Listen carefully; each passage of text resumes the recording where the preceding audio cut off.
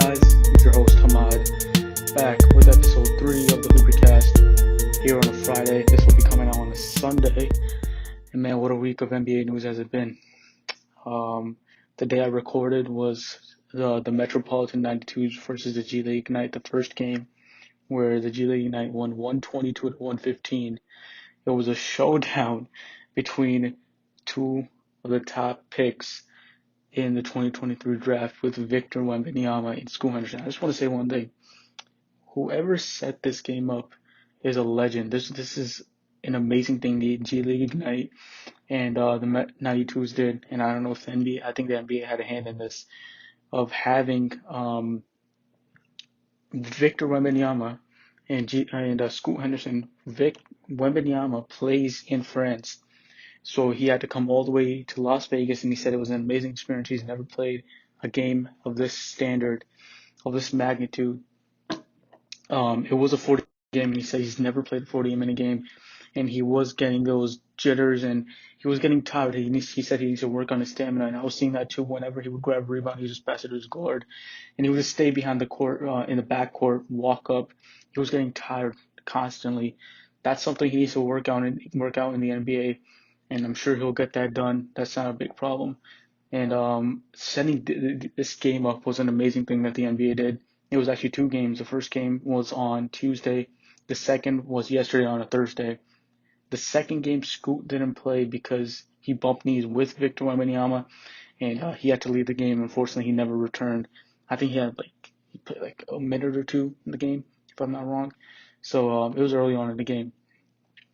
These games were taking place in Nevada near Las Vegas, so at the Dollar Loan Center, and it was an amazing game. The G League Ignite were up for most of the game, and after the second half, they were just up. It was like I think like 71 to something. I don't remember. But then the Met 92 just took over in the third quarter, and it became a super close game. It came down to the wire, and Victor Wembanyama had 37 points, 4 rebounds, 5 blocks, 7 of 11 from the three-point line. Yes, he's a 7'5" center with an 8-foot wingspan, shooting 7 of 11 from the three-point line. That's insane. We've never seen a player like this before. Steph said he was a 2K created player. LeBron said he was an alien. He's never seen anything like this. No one has ever seen anything like this.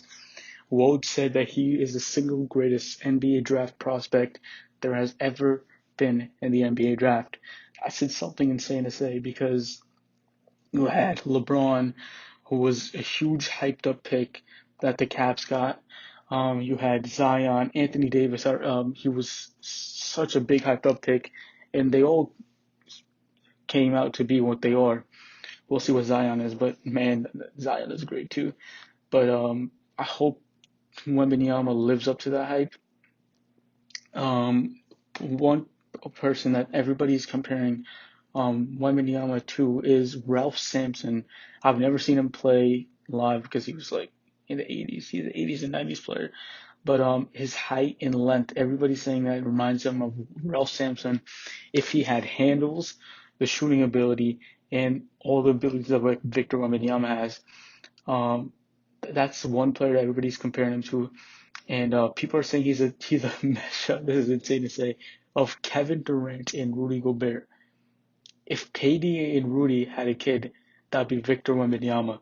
His skill set is just crazy what he could do. Same with Scoot Henderson. This kid is amazing. This guy was taking Victor Wembanyama to the basket. He was giving him the work. Scoot had 28 points, 5 rebounds, 9 assists. Got the G League Ignite the win. 11 of 21 from the field and 2 of 3 from 3. There were some plays where I really liked from Scoot Henderson. He has the explosion of John Wall with a 6-foot body. I don't know who to compare him to because he's like a mesh of John Wall and he's not young John Wall because young John Wall didn't have the skills that Scoot Henderson has right now. I'm pretty sure John Wall didn't have the shooting skill that Scoot has right now when he was younger. But Scoot just reminds he has the athleticism of that young John Wall. And I just feel like if John Wall um, just added all these skills that Scoot has, this is what it would come out to. Scoot is an amazing player. He is 6 foot. That his size is the only thing that hinders his draft eligibility. I mean his draft position. He's gonna be the number 2 overall pick. There's no way Victor's gonna fall to the number 2 spot unless the one of those tanking teams is retarded and takes Scoot over Victor Wembanyama, a generational talent that you will never, ever, ever see. Well, you might see him later on. I don't know. Maybe Victor Wembanyama's kid might be like him. Um, it's crazy how good this kid is, but let the Wembanyama sweepstakes begin. Let the race to the bottom begin. That's what Woj said. This is a race to the bottom like we've never seen before. It's just crazy how good this kid is. He's like dribbling up the floor and taking pull-up threes. We've never seen that. He's a 7'5" player taking pull-up threes with an 8-foot wingspan, blocking shots all over the place. He's having a block party out there. Um, he's like taking fading threes. I don't know if I've ever seen a 7'5" player do that. That's like an anomaly. You will never see anything like that. What else? Yeah, that was the only thing from game one. The G League Ignite won that. But for game two, I'm pretty sure they did. The G League Ignite won game two as well. But that was a close game as well. But Scoot Henderson did not play in this game. Wembanyama had the same exact performance he did last game. He had 36 points, 11 rebounds, 4 assists, and 4 blocks. One thing I do want to say is I expect him to chase the boards more. He's a 7'5" guy getting 11 boards. I expect him to get around 15, 16 boards. He needs to get in there. Whenever a missed shot goes up, he should go up there, grab it right away. That's my only complaint about him, but I don't think that's that big. I think he can develop that. His game has no flaws. That's something we've never seen ever before. A 7'5" guy who has no flaws in his game. If just imagine this right now, okay? Have Rudy Gobert, just like a couple of inches taller, dribbling the ball up the floor and taking pull-up threes in an NBA game. Just imagine that. That's just crazy to think about. He has Rudy Gobert's defensive skills, but his offensive skill set is like KD. It's just crazy. Like I said, it's insane. Scoot didn't play this game at all. He played 5 minutes, 0 points. Like I said, the bump knees. The Met 92 is 112 to 106. So I just want to say this right now. I don't know who's gonna get the number 1 overall pick. The tank war has just begun. It's gonna be crazy how this tanking thing is gonna come out to be. I don't know if I said this before. Vote said we will never see a race to the bottom ever like this. This kid just changed the dynamic of the NBA, and he hasn't set foot on an NBA court. That's crazy to think about. He hasn't been in the NBA yet. He's not even drafted yet. There's a year left till he's going to be in training camp in a year, and this kid is already changing the way the league is going to shape up. Wendy said that the trade deadline is going to be crazier than ever before because we're going to see teams. He said like the Pacers or like who else was a middle of the pack team or like a playing team like the Hornets. Trying to dump all their assets, not their first round pick, dump all their assets to try to get a shot at Victor Wembanyama. So like if the Pacers are at the trade deadline and they're like, I don't know, they're negative by like over 10, 15 games, they might just dump their assets. That's why the Lakers are waiting and seeing what the trade deadline comes out to be. Then they might trade Russ and those 2 picks. They're holding on to those 2 picks. They don't want to trade those 2 picks yet because they don't know what type of player will come out who will be on the trading block at that time. So yeah, this kid is just shaping up the NBA already. Adam Silver did say that he doesn't want teams tanking. He has made that statement out to all the teams. Try to win their games, try not to tank. But the disparity between the top teams and the bottom team is going to be greater than we've ever seen before. There's not going to be a lot of middle of the pack teams. Because if you're in the middle of the pack, you're either going to try to get into the plane or you're trying to get Victor Wembanyama, and most likely they're going to try to get Victor Wembanyama because there's a stat, or someone said this, I don't know who, I think it was Zach Lowe's in his podcast. He said that Victor Wembanyama in his rookie year, or not his rookie year, his entirety of him getting into the NBA can form $500 million for a team. That's how good this kid is. He can get a team $500 million. So why wouldn't you tank one whole year just to get a shot at this kid that can form you that much money? And he can win you. He's gonna win you games if you get him. That's gonna be crazy. So the teams that could realistically get him, the teams I want him to go to, I don't know if anybody's talking about this. I just talked about him right now. The Hornets. Imagine LaMelo Ball and Victor Wembanyama on the same court. LaMelo's gonna have a lob threat like he's never had in his life. This kid is just gonna. LaMelo's just gonna throw the ball up. Wemby, go get it. Throw it up right there. Go get it. It's just gonna. He's gonna be at the half court line. Wembanyama's gonna be under the basket. He's just gonna throw the ball at him. He's gonna catch it and lob it up. So it's just gonna be a crazy, crazy season. And next offseason is gonna be insane. Getting Wembanyama to a team that could win a lot of games. Next, let's go over the preseason. There are a lot of preseason games going on since we've talked. You had on Tuesday, Zion Williamson came back against the Bulls. That was his first game back. The Pels won 129 to 125. He had 13 points, 4 rebounds, 4 of 6 from the field. So all these starters aren't playing that much in the preseason, so this preseason it doesn't even matter that much. I'm trying to see if there's any other important games that happen. I don't think so. So the Suns and Lakers faced off on Wednesday. 119-115. The Suns won. LeBron. I don't think. They did play, except AD. AD was a late scratch. That was the thing everybody was talking about. Anthony Davis being a late scratch at the end of before this game. Everybody's worried about that. Why in the preseason game? Why is he a late scratch? Is there something going on in there? But I don't think that's gonna be that big of a deal. This is a preseason, so I don't know. In that game, LeBron had 23, 3 and 4, 8 of 11 from the field. Russ had 12, 6 and 3, 4 of 12. And D-Book had 22, 3 and 1, 7 of 20 from the field. There wasn't that much of a preseason thing going on. Donovan Mitchell came back, debuted his first game as a Cav. He had 16, 2 and 5, 6 and 9 from the field. They lost 112 to 113. What else?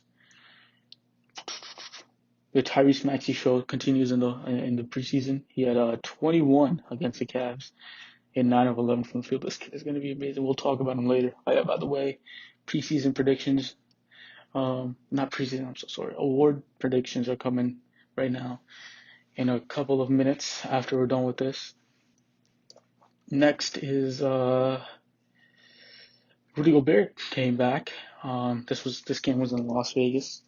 At the T-Mobile Arena, Rudy had 5 points, 12 rebounds, and 2 of 4 from the field. They won 114 and 99. The Lakers were just playing all their bench pieces and their young guys. LeBron, AD, and Russ were all out. Wembanyama was at that game as well. Just saying. Today I don't see any notable games that are happening today. The preseason. Let's get to the award predictions. I don't know if I'm missing anything going on. So let's go with. So this is how it works. I'm gonna have 3 picks for every award. So it's gonna go 3, 2, 1, and last pick is gonna be my first, who I think is gonna win the award. But like with every award, there's always 3 candidates, 3 top candidates to get the award. So we will go with the MVP. Let's start with Coach of the Year. I want to end the best for last with the MVP. So for Coach of the Year, I had for my third candidate for number three, I had JB Bickerstaff. This Cavs team, I just feel like is going to win a lot of games, and JB's going to get a lot of credit for this. The way he's going to run out these lineups, um, the way he's going to have his defensive schemes run out for Donovan Mitchell and Darius Garland, it's going to be amazing. If they win around 50 games, I just feel like he has a chance at winning this Coach of the Year award. Next, I have Mike Malone. This is obvious. The Nuggets are just going to look deadly. This team is just amazing. Like it was a tie between him and number one, but I chose number one.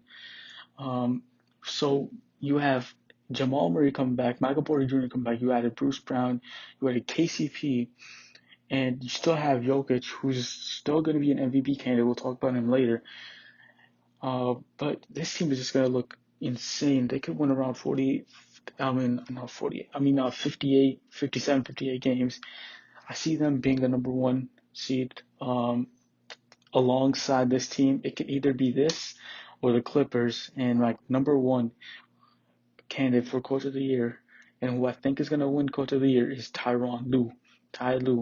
And this Clippers team, they just need to stay healthy, man. If they stay healthy, this team is one of the biggest question marks for me. If they stay healthy, this is the deepest team in the league, in my opinion. You got Robert Covington, Norman Powell, John Wall, Kawhi Leonard. You got Paul George. This team, Ivica Zubac. You still got that rookie BJ Boston, who was the rookie last year, who looked amazing. I don't know if I'm missing anybody. Amir Coffey, who was an amazing standout for them last year, amazing bench piece for them last year. So I just feel like this team is in the same echelon as the Nuggets. I don't know if you guys saw my Western Conference, that's from the first episode of over-unders. I had this team winning around 55, 56 games. It's a toss-up between the Nuggets and the Clippers as the best team in the West, and after that you got the Warriors. We'll talk about that after. That'll be the last thing. You already know what I'm going to talk about as soon as I said the Warriors. We'll talk about that after these award predictions already started these. Um, so yeah, I'm going to go with Ty Lue as my Coach of the Year. Number one for not number one. Number three for Sixth Man of the Year, I have Malcolm Brogdon.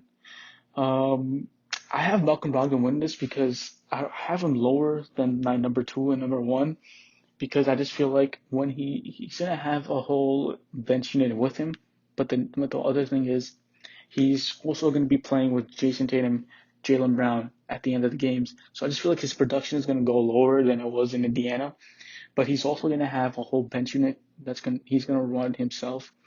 After Marcus Smart comes down to the bench after his first, I don't know how it's going to stagger the minutes. Joe Mazzulla is going to stagger these minutes. After his first 6 minutes, Marcus Smart comes off, Malcolm Brogdon comes in. But he's still going to be playing a lot of minutes with Jaylen Brown and Jason Tatum. So I just feel like he's not going to be as productive as he was in Indiana. But so next we have Tyler Hero. He won the Sixth Man of the Year last year, averaging 20 and a half on 45 and 40 splits. He also had 5 rebounds, 4 assists. I just feel like he's going to be, with his contract coming up, what he got with 4 years, $120 million. I just feel like he's just going to be rejuvenated. He's going to go off this season. I don't know yet if he's going to be starting for them, because as I've seen it in the preseason, he was not starting. I don't think he played any of those 2 games. As of yet, Eric Spoelstra has not said anything about if he's going to be starting or not. That shooting guard position is still open. That power forward position, these two positions are major question marks for them. But I just feel like I think they should start him, and I think he will be starting. So we'll see how this turns out. If he is starting, then I don't think he will win Sixth Man of the Year, because you need to fit a certain requirement of games played to win this award. I don't think he will, but if he does, I have him as number 2. And number 1, I have Jordan Poole. But what happened? Yes, you know what? Why don't I talk about it right now? I was going to talk about it after these award predictions. But man, that was a crazy thing that happened. Who thought that Draymond would swing at Jordan Poole like that? If you guys haven't seen the video, it's all over Twitter. TMG leaked it. By the way, how did that get leaked? I don't know how imagine the bag that guy got who worked for the Warriors. That was crazy. It was like a pushing. Jordan Poole pushed him at first. I don't know what words were said. I don't know what was going on at that time when the video started. Draymond was in the corner. Jordan was at the baseline. Draymond walked up to him. I think Jordan said something before he walked up to him. Draymond walked up to him. He got into his face, and Jordan shoved him, and he just took a swing. Thank God Jordan ducked at the right time. If not, the Warriors would be facing a huge problem right now with Jordan being out with a broken jaw, something like that. If that connected, that would have been a broken jaw. He swung at him fast. That was crazy. But they said there will be disciplinary action against Draymond Green. That was before this video came out. This video came out this morning. This all happened yesterday. They didn't have a practice today. The Warriors didn't have practice today. They're going to be practicing tomorrow. So all those questions of disciplinary action with games missing will be answered tomorrow. I don't know about what's going to happen. I didn't say anything about disciplinary action due to games with him being missed. Bob Myers did say that they're leaning towards not doing that because they need Draymond Green. This team is nothing. That engine that drives this team, they're the reason they won a chip. So I don't know what they're gonna do with Draymond Green at this point. I just feel like they need to stop him from that podcast. He can't come out with an episode yet. He cannot. If he does, he might make it worse. I'm pretty sure he will. The Draymond I know, he's gonna make it worse on himself. He's probably gonna say, "This is my side of the story. I shouldn't get this action. I shouldn't do this. I shouldn't have done this." He should say that. But I just feel like he's not gonna say that. He's gonna probably be like, "This is my side of the story. I did this because of this. He said this." He's just gonna make it worse. So I just feel like they need to pump the brakes on this. Tell Draymond, calm down, and not to release an episode of the podcast. I just feel like he's gonna release it this weekend. Try to cover up what he just did, but we'll see. I mean, he did release an episode today with an interview with Pat Bev, but I'm pretty sure this happened before. This all happened before what happened on Thursday. But yeah, let's just get to Jordan Poole winning the Sixth Man of the Year award. Jordan was amazing. He was a major piece of why the Warriors are the Warriors and how they came to be the NBA champions. He averaged 18.5 on 3.5 rebounds and 4 assists on 45 and 36 splits, and he led the league in free throw percentage at 92.5. I just see him winning this award because of how much better he's going to get throughout this offseason. He's looking for that contract extension. He has something to prove. If he doesn't get that contract extension, I think the deadline, if I'm not mistaken, is October. It's the start of the season. I think October 18th is the deadline for these extensions. Or I think rookie extensions can carry out throughout the season. I think of for Draymond, Wiggins, and Clay, their deadline is October 18th. But Jordan Poole's, I'm pretty sure, can carry out. If I'm wrong, just let me know. If you're listening to this and you think I'm wrong, I'm not sure about that. But I just feel like he could take that leap to maybe 20 a game throughout the season. I just feel like they're gonna rest Clay, Steph, and Draymond more. So I just feel like he's gonna get a bigger role in this team when they rest because they just came off a championship. They want to go back to back. They learned this before after coming back with a championship in 2016. They came back hard, 173-9, but they were dead tired for the playoffs. Steph was injured. They couldn't get anything done in the playoffs and the finals. They were just dead in the water. They didn't know what to do in the playoffs. They couldn't make any shots. They were just exhausted. That season exhausted them. So I think they're learning the lesson after coming off a championship. Take it slow. Rest your guys. Don't play that many games, and go hard in the playoffs. Those 16 games matter more than these 82 games. I mean, you're going to make the playoffs anyway. You're going to be a top 5 seed, top 3 seed, whatever you are. It's just about those 16 games that come in April to June. So I just feel like they're going to start resting those players, and Jordan's going to have take a leap from averaging 8.5, maybe 20, 21. So next, after this, let's go to most improved player of the year. My number three, I don't think anybody this is expected this. I have Ben Simmons. I just feel like the way Ben is going to improve as a center, as a pick and roll player, as a point guard. He's going to play point guard and center on this team, playing that pick and roll position for Kyrie, KD. And I just feel like he's just going to go off. He's going to average around 18, around his normal averages. But I just feel like he's going to be in the spotlight of winning. He was winning in Philadelphia, but I just feel like he has a bigger role here than he did in Philadelphia. He has a role of anchoring this defense. Ben Simmons is their best defender on this team, so he has to anchor the defense, guide them to becoming a great defensive team. But in Philadelphia, they had Joel Embiid, so he didn't really need to take that role. So I just feel like he's going to have a very improved season. Overall, I don't know if he's going to start shooting threes yet. I don't know. I hope he doesn't. Let's see if he does. If he does, maybe he might be a good 2-point shooter. But yeah, for number three, I have Ben Simmons. For number two, I also have Evan Mobley. I just feel like second year players sometimes take huge leaps, but it's mostly third year players. But I just feel like Evan Mobley will just take a huge leap in this system with Donovan Mitchell, Darius Garland, Jarrett Allen, JB Bickerstaff. I just feel like JB is gonna give him the role of that Kevin Garnett type. I just feel like he can be that good of a player of Kevin Garnett. His averages could go up a lot. They're gonna run a lot of pick and roll with Donovan Mitchell, Evan Mobley, Darius Garland, Evan Mobley. You still have Jarrett Allen on that team, which is amazing. Evan Mobley could really space the floor as well. I see him taking a huge improvement in his shooting ability. He's a great shooter. He's a great pick and popper. He's a great mid-range player as well. But he's lengthy. He's amazing at the defensive end.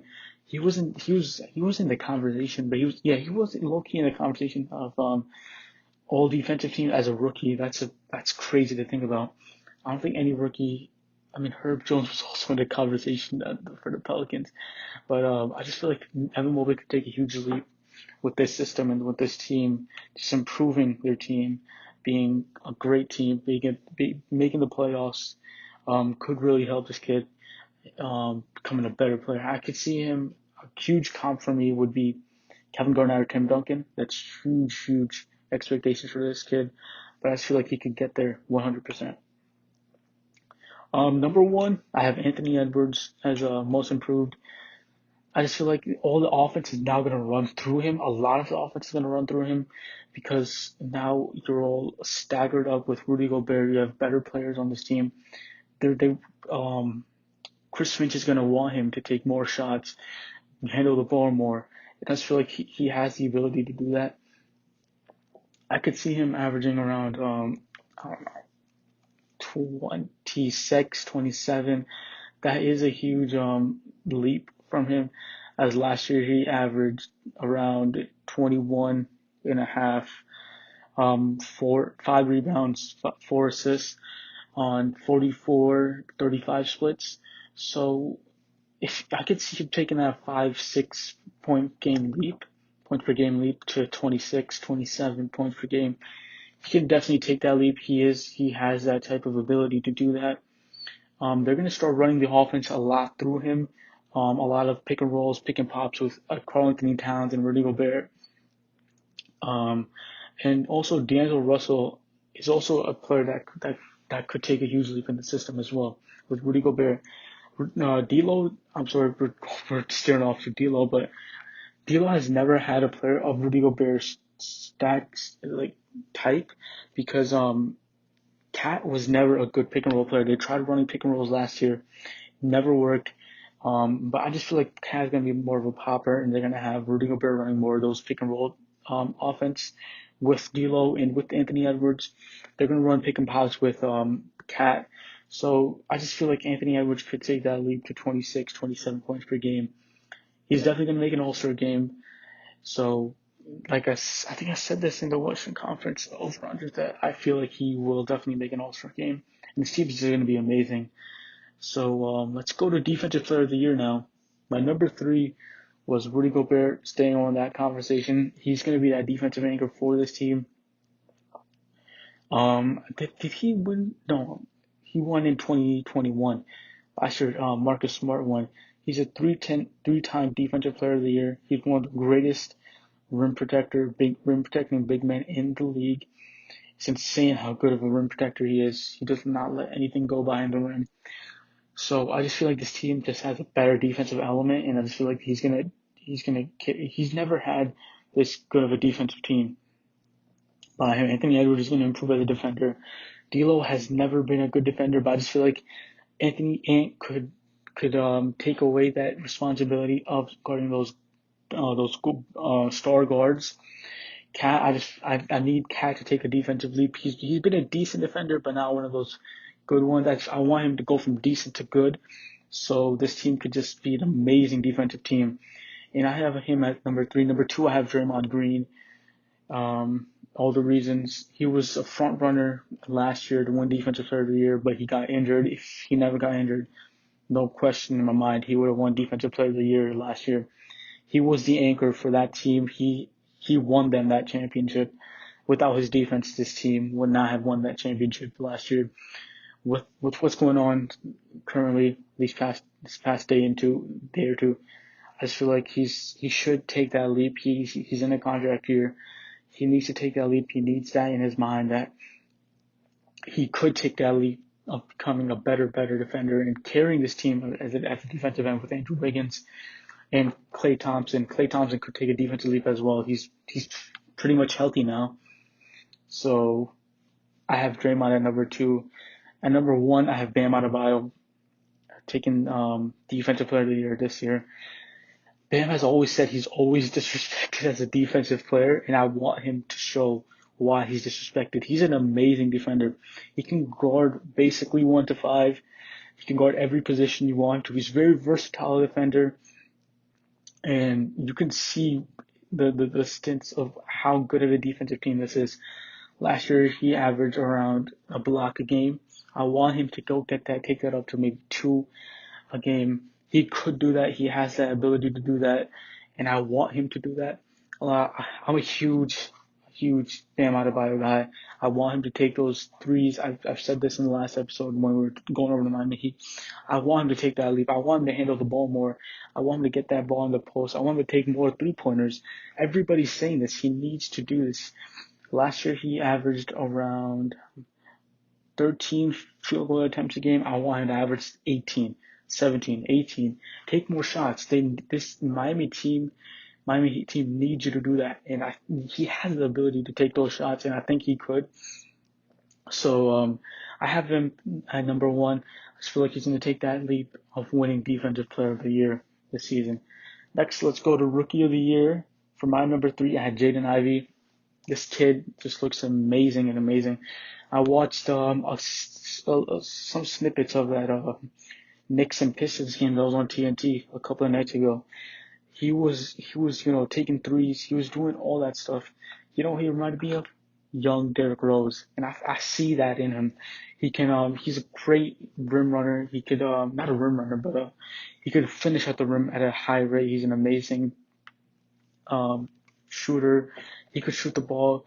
He's a better shooter than Derrick Rose was at his rookie year. So I just feel like he could take that leap, carry this offense. It's pretty much going to run through him and Cade. I don't know who's going to run 1 and 2. I don't know if Jaden Ivey is going to come off the bench. I wouldn't. This team drafted good with that number 4 overall pick. Or number 5. He was number 5. Yeah, number 4 was Keegan Murray, who is my number 2. Is Keegan Murray. He's going to be, I think, the starting 4 at this moment. It's going to be either him at the 3 or the 4, and I see him he's more of a forward type of player. He's been playing amazing this preseason. I think he had like a 20-point game a couple of nights ago in the preseason. So he's looking amazing and amazing. He's one of those older rookies who knows how to maneuver through the system of the NBA, and he has a better defensive coach. And Mike Brown, sorry about that. He has a good defensive coach in Mike Brown who can teach him how to become a better defender. He's a pretty good 3D player. And I just feel like Mike Brown can elevate his game to the next level. And for number one, I have Paolo Banchero. For obvious reasons, the number one overall pick. If Chet was never injured, I would have Chet number one. I just feel like Chet was an amazing player. I just feel like Chet was better than Paolo. I don't know if I'm crazy for that take. We'll see. We'll see next year how Chet turns out to be. But I have Paolo Banchero running that offense through Paolo is going to be crazy. It's gonna look amazing. He's a four who can handle the ball, who can shoot the ball, who can defend.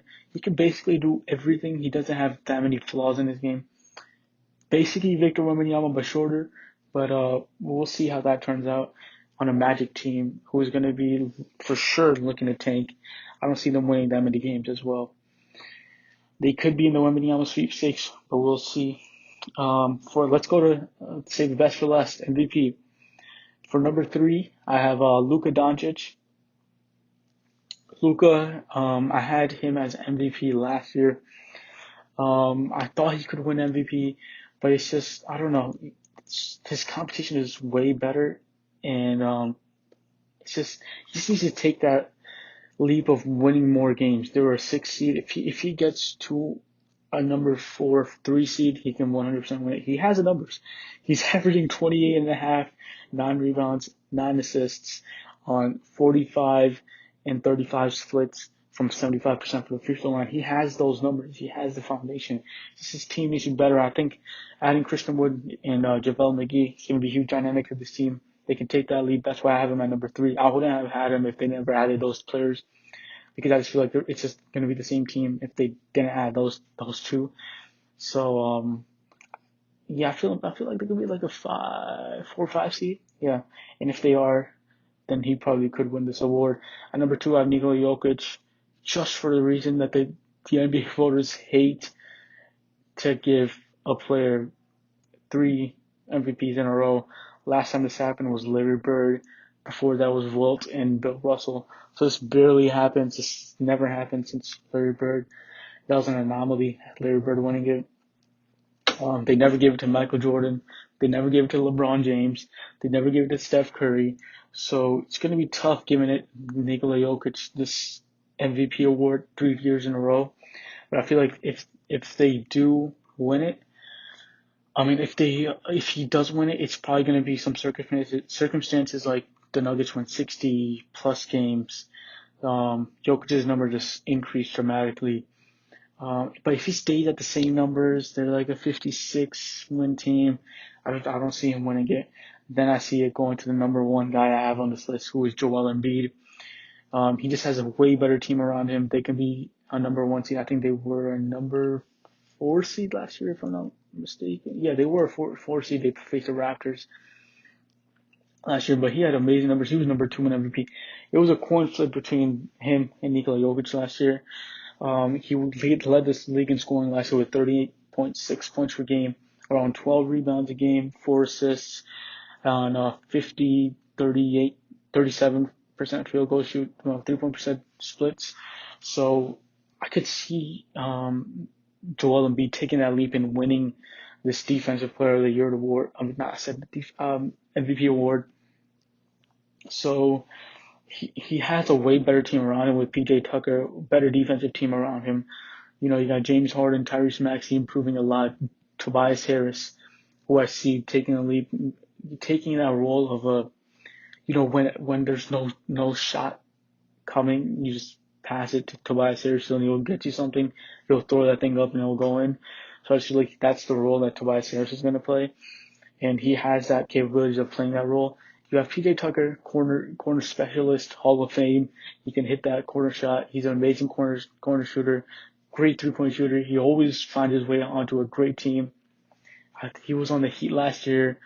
The the Milwaukee Bucks, the eventual champions in 2021, and the Rockets from 2017, 2021. So he always finds himself on a great team. And I just feel like Joel Embiid can take that leap to, of becoming that leader to carry this team to a number one seed, which they were in 2021, but they got ousted in the second round. So this team could definitely take a huge leap, and they could be a number one seed winning around 56, 57 games. If they win over 55 games, this guy's going to get the MVP, no doubt about that, and he stays with the same numbers, around 30 points per game. He's definitely going to get that MVP award. So that's it for these award predictions. Let me know how they came out. I don't know if I'm missing any other NBA news. I was going to talk about that Draymond Green Jordan Poole thing, but I already talked about that when we were talking about Jordan Poole winning the Sixth Man of the Year award. So yeah, this was a pretty good episode. We talked about the Wembanyama sweepstakes going crazy, how Wembanyama is changing the league. He's not even in the league yet. We talked about some preseason, not going. I got some criticism last episode of how I was stuck too much on the preseason. I went over every single game. I'm gonna stop doing that. It's not worth it. I mean, who cares about the preseason? I'll do that for the NBA season. When NBA season comes in, I'll go over every single game, dissect it, stuff like that. But preseason doesn't really matter. I spent like 20 minutes last episode going over that. That's why that episode was at 56. It's at like 50. It's at 45. It's going to come. Oh, it's at 43 right now. So it's going to come to an end here. I hope you guys enjoyed this podcast episode 3. We went over all that stuff of Wembanyama, preseason, award predictions. Let me know how my award predictions shaped out. And go rate me 5 stars on Apple Podcast, Spotify. Also, follow me on Courtside Capital on Instagram, TikTok, YouTube, sub, and like. I'll be releasing these on YouTube as well, so stay tuned for those. I'm starting to post more TikToks. I'm starting to post more on my Courtside Capital channel a lot because of the season starting. I took like a good hiatus, 2-month hiatus. But I hope you guys enjoyed this episode. Stay tuned for episode 4, which will come out sometime next week. We'll just go over what's going on around the league. Maybe we'll have, something else. I'll see what I have planned for that episode. But hope you guys enjoyed this. Stay tuned for episode 4 next week. See y'all then. Peace.